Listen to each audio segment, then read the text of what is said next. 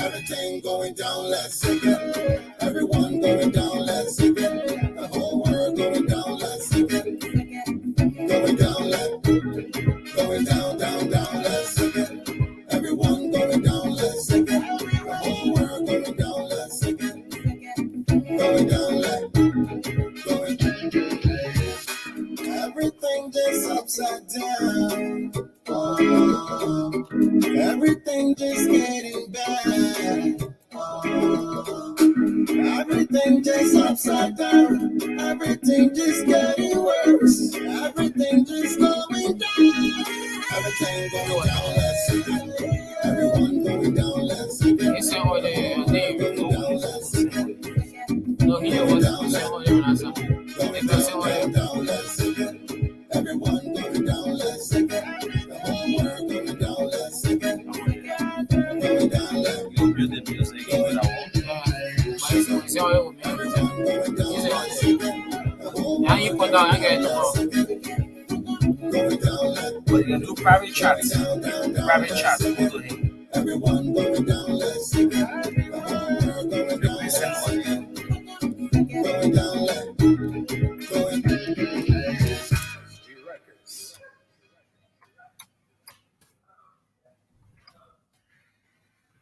Get your songs on my LRBsongs.com. My LRB. Yeah.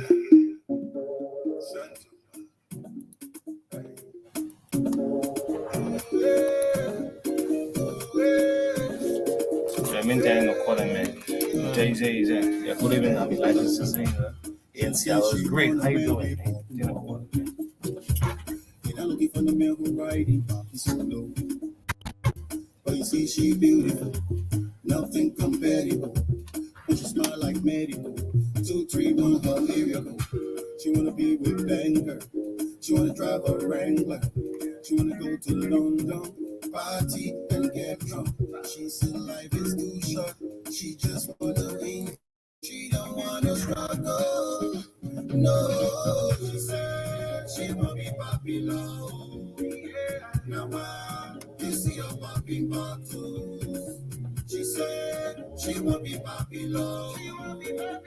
And then she wanna run your mouth. Country girl don't come to town. Wanna act like city girl. On the main streets up and down. Looking for attention, she don't care. Wanna be a celebrity. Looking for popularity. Picking up identity. She don't care what it is. She wanna be with a senator. She not looking for no janitor. She wanna go to London, party and get drunk. She said life is too short. She just wanna enjoy. She don't wanna struggle. No, she said she wanna be popular. She wanna be popular. Now you see her popping bottles. She said she wanna be popular. And then she wanna run your mouth. Take up this baby, take up. She got take up this baby, take up. Yeah, take up this baby, take up. She got.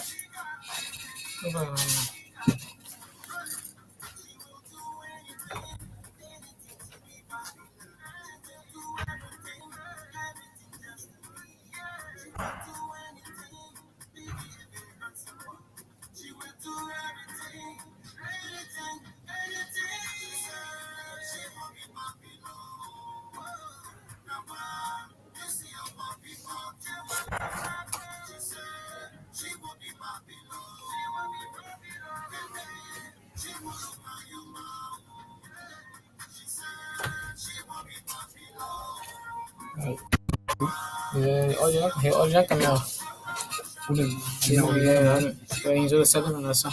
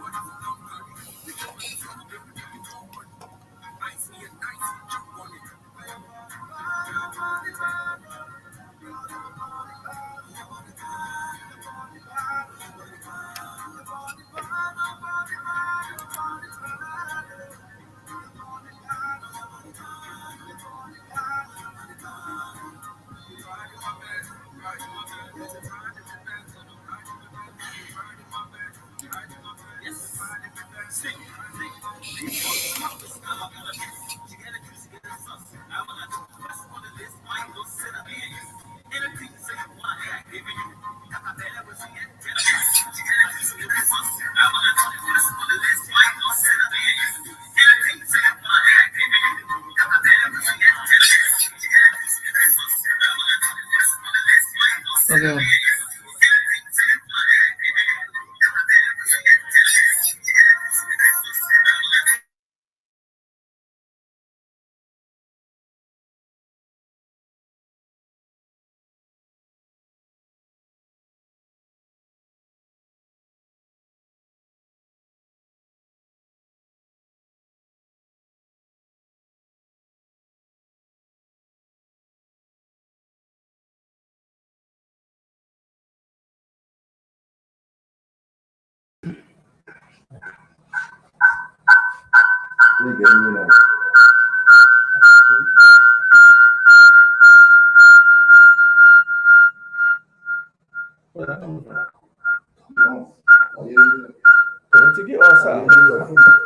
Okay, so we could be back into business or starting business. So we just start over just for the show, and we'll go with our intro video.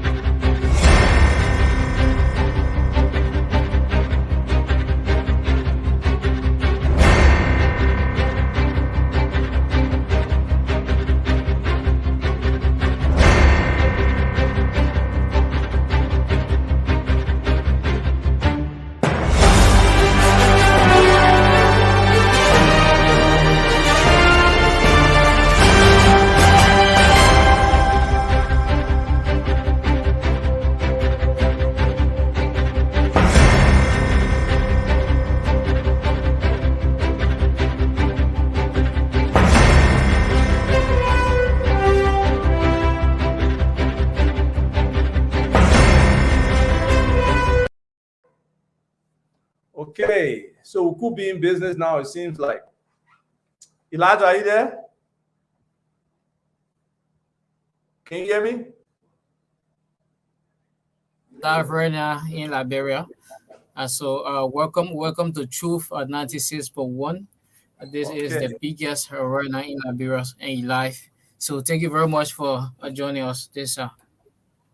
Wonderful, wonderful. We have Elijah. Elijah, just introduce yourself so that people can know who's in studio with me today.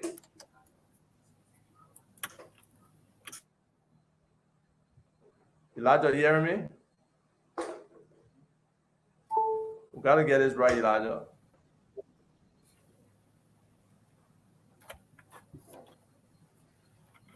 Folks, while Elijah is working on stuff over there, I'm just excited to be on this show. We're trying to bring you something fresh, something lit up that you can relate to. It's about the weekend review.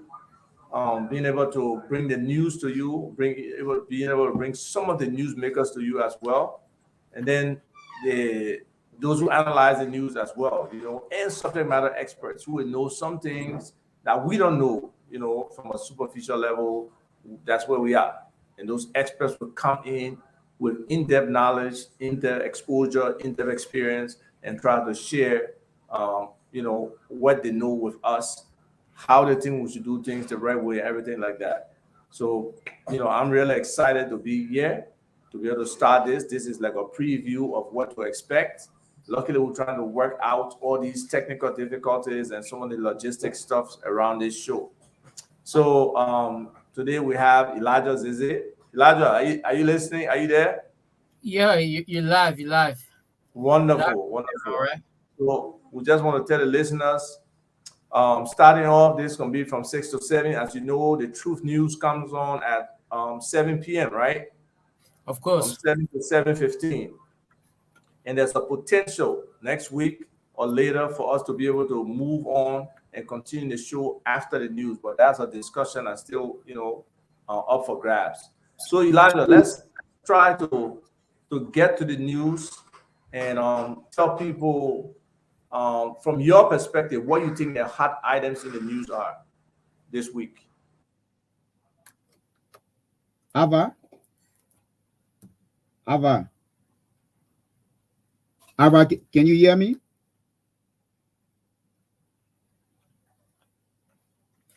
Ava, can you hear me? Yes, Prince, I can hear you. Are you in studio? Yeah, sure, sure. The only unfortunate thing is that I'm not with Elijah behind before the camera, but Why? I'm here in the background.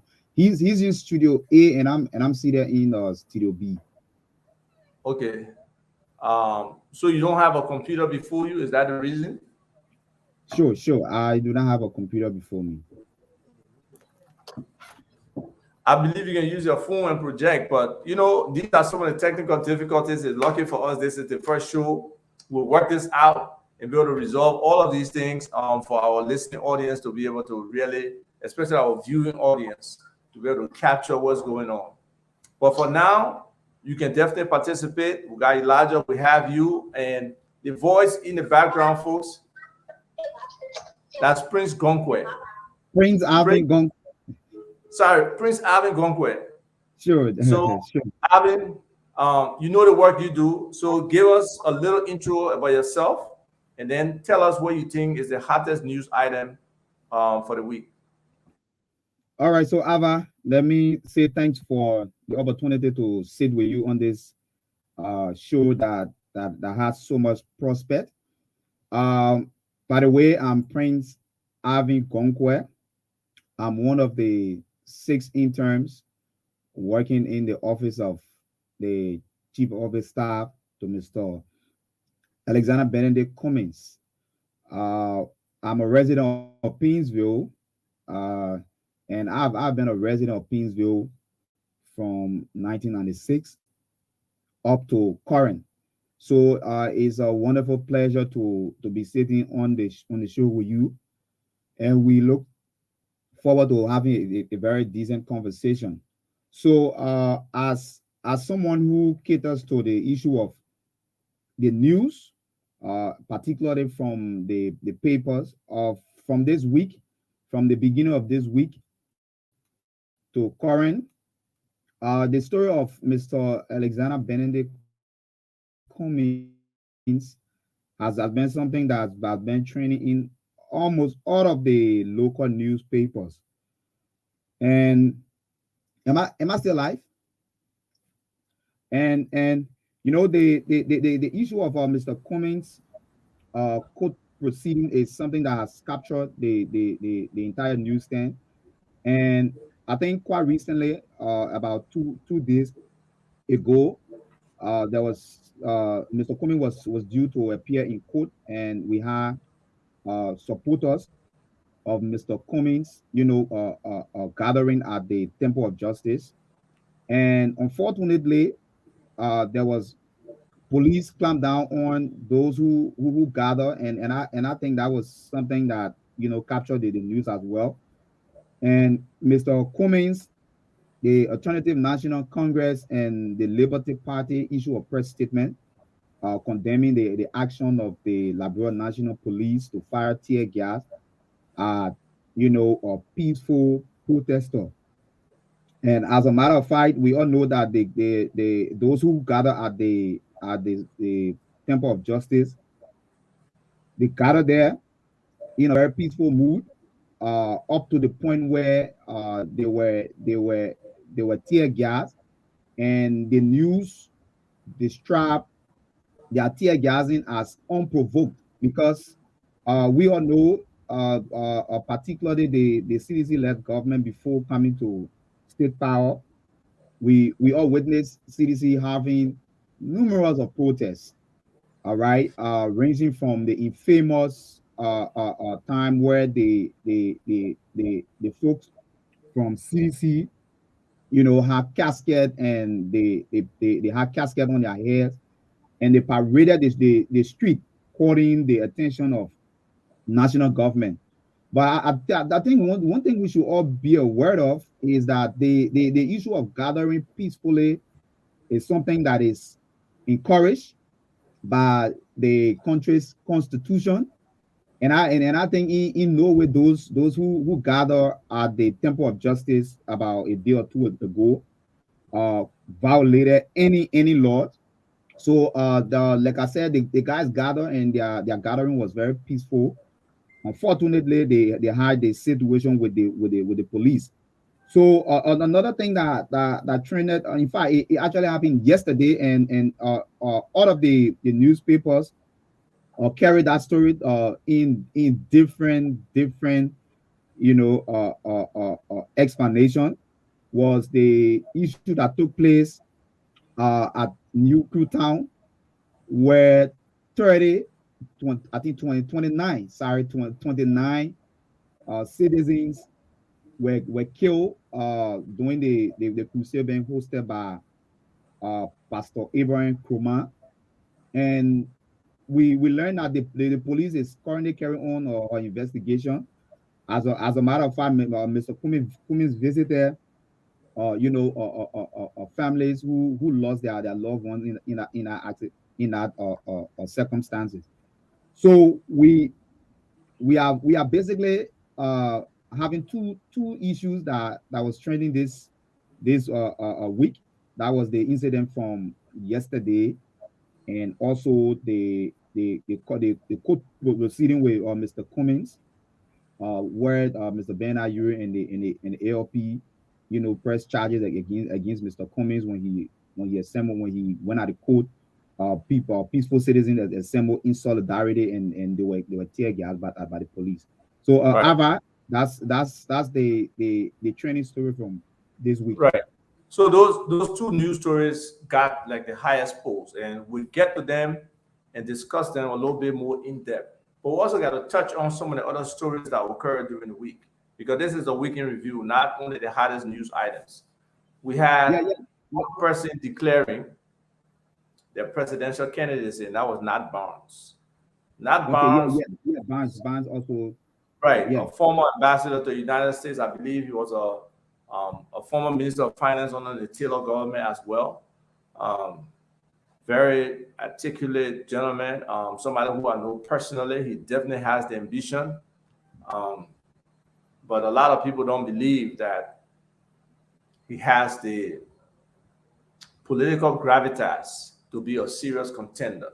So that's something that he has to grapple with, I believe, on being able to make that jump from less than 1% of votes ever to be able to get in this class of candidates that we're looking at today for the 2023 elections. We definitely wish, Nat Barnes some success in his effort, in his desire, in his ambition.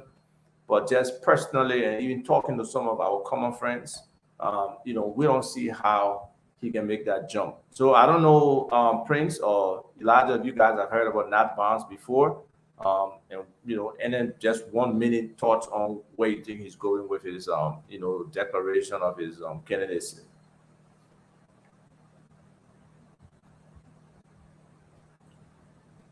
Prince, you there? Okay, Prince is not there, but I've shared my thought. One other thing that happened in the news, I know you folks are aware of what's happening in Liberty Party with the Yombli Kanga branch of the party and the Musa ability recognized by the NEC branch. Now, Yombli is supposedly talking about taking the NEC to court. On what grounds? You had a constitutional revision. His ability to assume the chairmanship. You became the political leader under that same constitutional framework. You guys went to elections, elected people. And now it's like for some reason you are trying to move away from that particular sacred document for your organization or your political party. Personally, it makes no sense to me. I just hope they can come to the table and reconcile and continue to be the Liberty Party. But like a lot of things in the opposition going around right now, including the CPP, so the chances of Youngly reconciling with Musa Bility and the actual political party, Liberty Party, that has recognition and acknowledgement from NEC seems like an unlikely possibility. So we just have to wait and see what comes of that. In the bigger scheme of things, I don't think that is very critical to how we move forward in the political arena.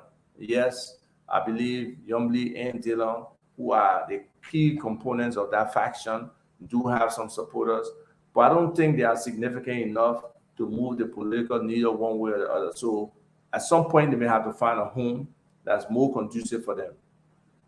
Another news, and this I can share with you in terms of synopsis. It says Chief Justice Kokbo urges judges to adjudicate cases without fear or favor. And that's interesting. So the synopsis is the legal system remains the backbone of any democracy.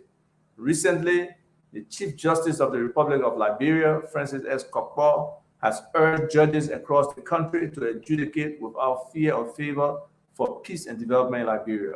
He spoke during the commissioning of the judge of the Sexual Offenses Division Criminal Code E at the 9th Judiciary Circuit in the county on behalf of President Weah.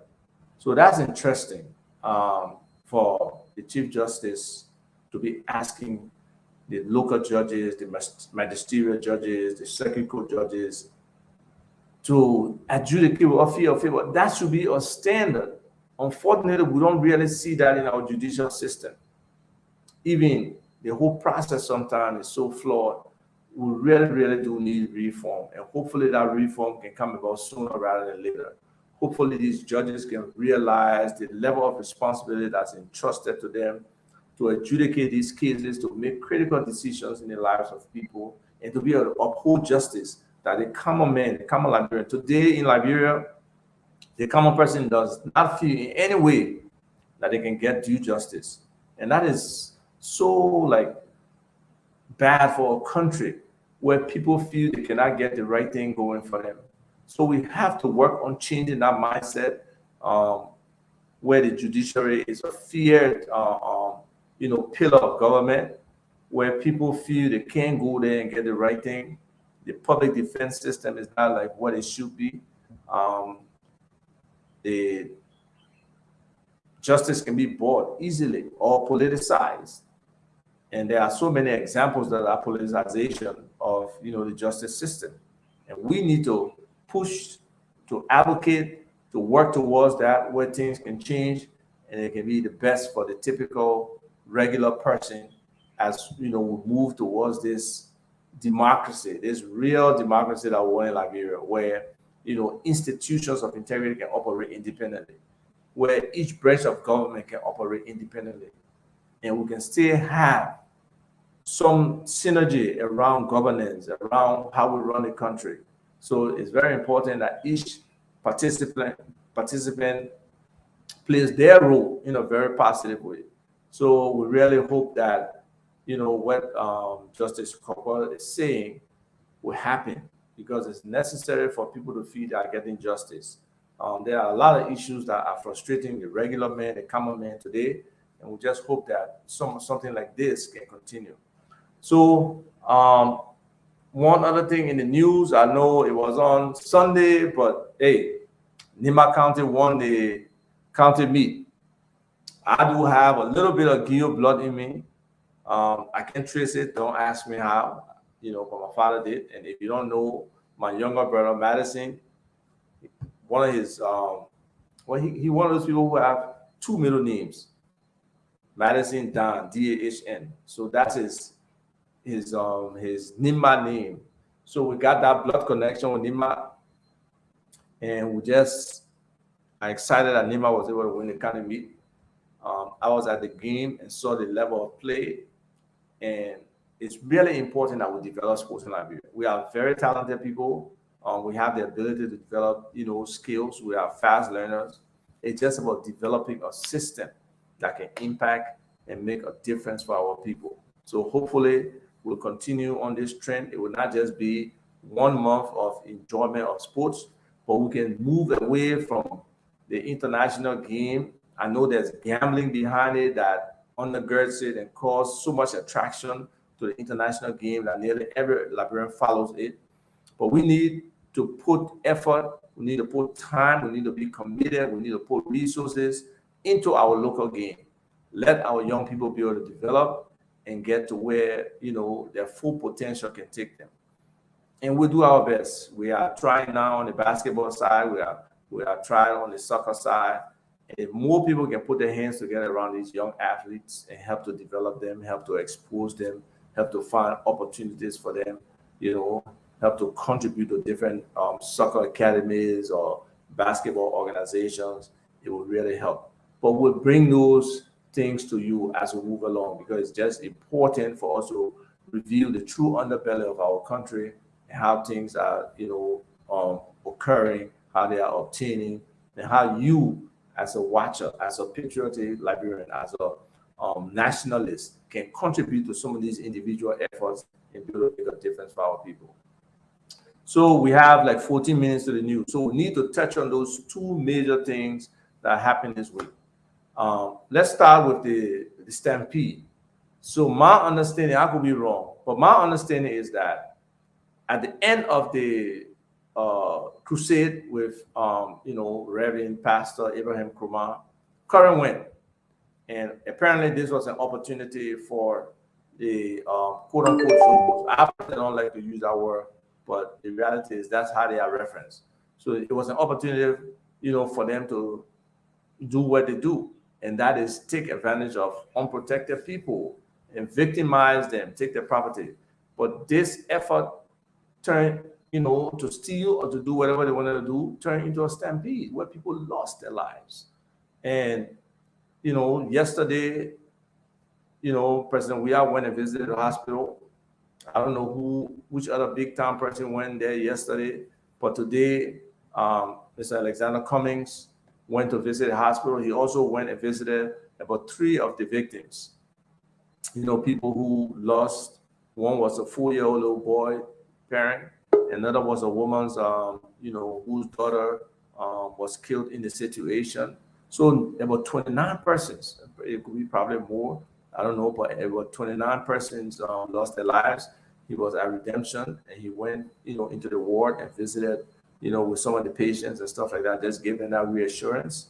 But the thing is, in the larger scheme of things, there's so many things that are working counter to what should be the normal occurrence in Liberia. So if we even start from the beginning where they say current when. Right now, I believe there's a schedule out for LEC in terms of when current will be available to different areas. So if criminals know that current will not be in certain areas at certain times, obviously they can plan their robberies or, their whatever they want to do, their armed robberies, attacking different people. Even it could be an opportunity for people to be innocent, people to be victimized. So as much as you want people to know what the electricity schedule would be, I think it's a threat to our citizens when they know for such extended time there will be no power. So somebody can do something and not expect any return. That's one. That's the electricity problem. Then there's the issue of our less fortunate brothers and sisters who are referenced as Zogos. Yes, we know they are a problem, but what is the origin of this problem? Who's bringing drugs into the country? Who facilitating the importation of drugs and the sale of drugs? Who are those people? Because no Zogo you can't tell me any Zogo is importing drugs to Liberia. No, they're not. And they're not manufacturing the drugs here either. So they are getting it from police officers. They are getting it from people in power. They are getting it from people who have access. So why is there no effort to stamp down on the importation of drugs, on a high-level distribution of drugs? I don't see it from the police. Raiding or ghetto is not the solution. Is not the solution at all. Because many of these people, They are addicted. They need some level of support. They need some assistance. And we don't have any rehabilitation programs in place. We don't have any, from drugs to work program in place. We don't have anything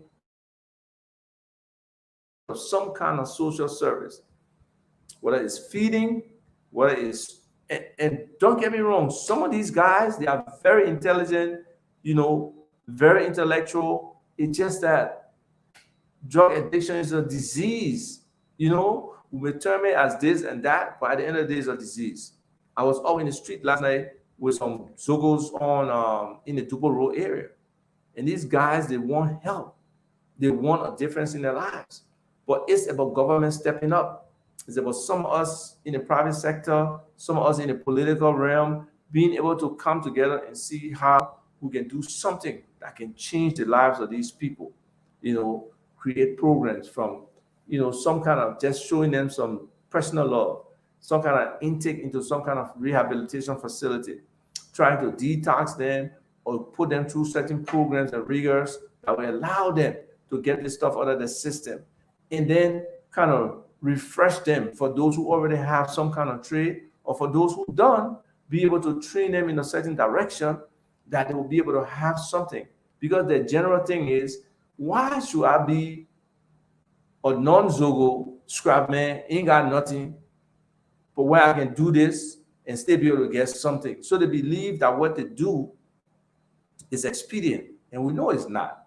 So how do we solve this major problem? I think there needs to be a larger dialogue around it. Most of you probably know my friend and brother, Reverend Caleb Doma. He really works towards making a difference for these people.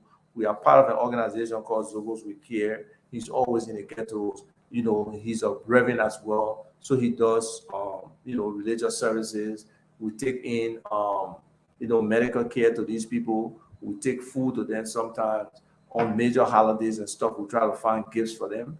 And the public has been very supportive. But there needs to be more effort around this thing, especially on the drug side, where we need to find a way to stop the drugs entering the country and being able to do the right thing for people. So then it comes to this stampede. You can consider that a national disaster. What has been the response? Because it's essential that there be some kind of response within the first 24 hours. Just visiting that facility by President Weah or declaring 3 days of national mourning. Actually, that 3 days of national mourning even confused some people. They thought today should have been a holiday, So national mourning is significant. What are we doing in this national mourning period? What solutions are we proffering? How are the churches coming together to be able to provide support instead of just doing prosperity teaching? Preaching? Are they really trying to help the less fortunate people? Because that's what Jesus was about. Jesus was not here for the rich people. Jesus was there for the sinners, the poor, the people who could not, do things for themselves. But we don't see that yet. We see a different trend in terms of this whole Christianity thing or this whole religion thing. So some of those things we need to really talk about. We need to change. We need to see how we can put people not necessarily on blast, but on the spot for them to see how they can contribute their own quota to this stuff. So that was really the major thing to me in my mind that happened this week. The loss of life. One Liberian losing a life is very, very important. We can never shortchange it. We can never take it for granted. It's important for us. That's a constitutional right, the right to live, the right to live in peace, the right to live in security and protection, all of those things. And that responsibility is on government that has signed that social contract. And we need to make sure that government can be able to do those things. And we got to keep our feet on the deck of government. So, Prince, are you there? Yeah. I'm here, Ava. So, from my end, quickly, I would also like to raise this news headline that was trending during the course of the week, but I mistakenly left it out. There's an organization called the Institute for Research and Democratic Development, ARED. ARED gave her report on all of the legislators, and surprisingly, some of the lawmakers score A in terms of their attendance in section, and some of them score F. All right.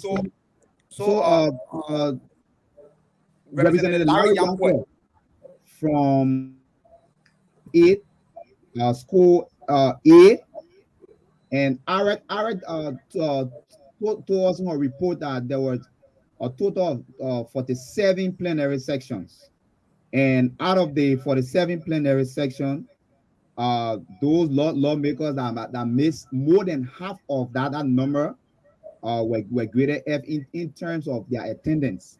And I think this is very important, and it's something that worth being talked about, because if you are elected, uh, each lawmaker is expected to go to plenary every Tuesdays and Thursdays, and these are the only 2 days that they are expected to be in plenary in order to discuss the people's business. All right. So if you are elected by your people, and your people expect you to go to work and talk on their behalf and debate issues, and you are not going to work at all, this is something that calls for concern. To those of us who live in various districts, all right, it's important for us to call on our lawmakers and encourage them to go to work, because in the absence of you going to work, all right, your three cardinal responsibility cannot be achieved in any way. All right. So imagine, for example, So you got 1 minute, Prince. You got 1 minute because we gotta go. Yeah. So quickly, there were few lawmakers that performed poorly in terms of their attendance in section. One was Reverend Dr. Samuel R. Enders from District Number 6. Another is Madam Rosalind Swakogo Dennis from District Number 4, and Representative Lauren Morris from District Number 1. All right. So I think it's something that the constituents of those of the respective districts name, all right, need to call on their lawmaker to be very punctual in terms of the attendance section. Wonderful, thank you. That's a point that's very solid. We expect our lawmakers to serve the people, and service is just not about riding the big cars in the third lane and just running. It's about doing what you're supposed to do for your people. But somebody, we didn't get to the comments, but somebody had an interesting question. Mr. Tupac, you serve as party chairman of USA during your campaign. What do you guys have for the Zulus? The CDC had a lot on paper. Unfortunately, this government has not implemented any of those ideas. They have not reached out to this population. This Zogo population was a stronghold, or used to be a stronghold of the CDC. These were the people who reached to try to vote. And these people, you can say anything about them, they believe their voting card is sacred. Most of them protect their voting cards, and most of them did vote for the CDC. Unfortunately, nothing has been done to hold that population and to take care of that population. So I just want to say that's basically the answer to your question. We had identification, rehabilitation, reintegration of those people into the workforce by training them in terms of what they did before, or to new opportunities with regard to some vocational training. That has not been done by this government. There's not one program I know of from this government for the people in that category, and it's very sad. Hopefully they can wake up, and be able to help our people, because our people need it. We got 1 minute to 7 o'clock. We just want you to know that next week, Friday, we'll be here.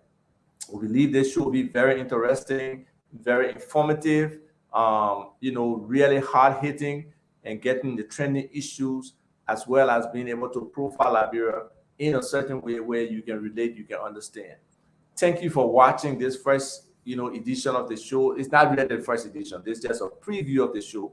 So for those who made suggestive comments about what we should be doing, we really appreciate it. No criticism is bad. We accept any criticism that comes towards us, but we look to get better day by day by day as we move on. I want to say thank you to Elijah Zeze for being with us, and thank you to the Truth FM family for being able to facilitate us, and we really look forward to working together and expanding this platform, as much as we can, because if we provide rich content, we believe people will participate with us and join us. So Elijah, back to you in the studio. We want to say thank you for being there, for working with us and helping us out. Thank you.